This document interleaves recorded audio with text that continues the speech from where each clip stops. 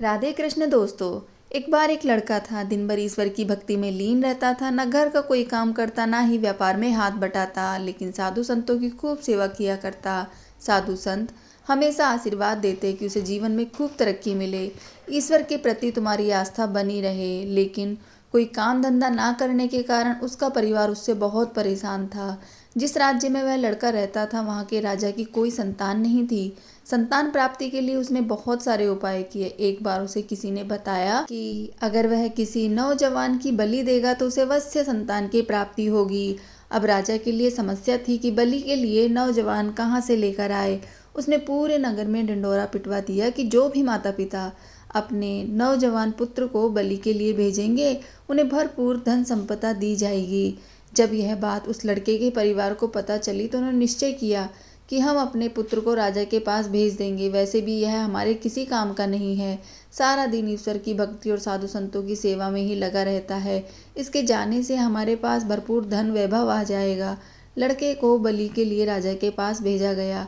अगले दिन सुबह लड़के की बलि देने से पहले राजा ने उसकी अंतिम इच्छा पूछी। तब लड़के ने कहा, मुझे थोड़ी सी गीली मिट्टी चाहिए। लड़के को गीली मिट्टी दी गई। लड़के ने ईश्वर को याद करते हुए उस मिट्टी के 4 ढेर बनाए। उसके पश्चात उसने 3 ढेर तोड़ दिए और चौथे ढेर को प्रणाम किया।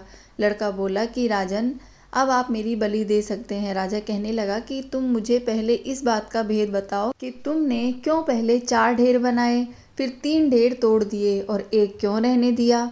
लड़का कहने लगा, राजन, आप तो बस बलि दें, यह मेरी और मेरे ईश्वर के बीच की बात है, इसे रहने दें। राजा बोला, यह मेरा आदेश है कि बताओ तुमने 3 ढेर क्यों तोड़े और चौथा क्यों नहीं तोड़ा। लड़का बहुत विनम्रता से बोला, राजन, कोई भी मनुष्य अपनी रक्षा के लिए सबसे पहले माता पिता, राजा और देवता पर विश्वास करता है, लेकिन मेरे माता पिता ने तो मुझे स्वयं आपके पास बलि के लिए भेजा है, इसलिए मैंने पहली ढेर तोड़ दी। उसके पश्चात वह राजा से प्राण रक्षा के लिए फरियाद करता है, लेकिन यहाँ पर तो स्वयं राजा ही बलि दे रहा है, इसलिए मैंने दूसरी ढेर भी तोड़ दी। फिर व्यक्ति देवता की ओर देखता है, लेकिन यहाँ पर तो देवता को ही बलि दी जा रही है, इसलिए मैंने तीसरी ढेर भी तोड़ दी।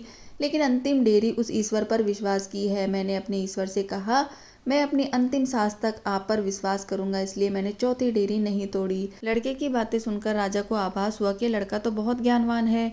राजा ने उसकी बलि देने का विचार त्याग दिया। उस लड़के के ईश्वर के प्रति विश्वास ने उसकी आस्था को टूटने नहीं दिया और ईश्वर की कृपा से राजा का मन बदल गया और उसने लड़के को ही अपना उत्तराधिकारी घोषित कर दिया। इसलिए तो कहते हैं कि ईश्वर की भक्ति में असंभव दिखने वाली चीजें भी संभव हो जाती हैं।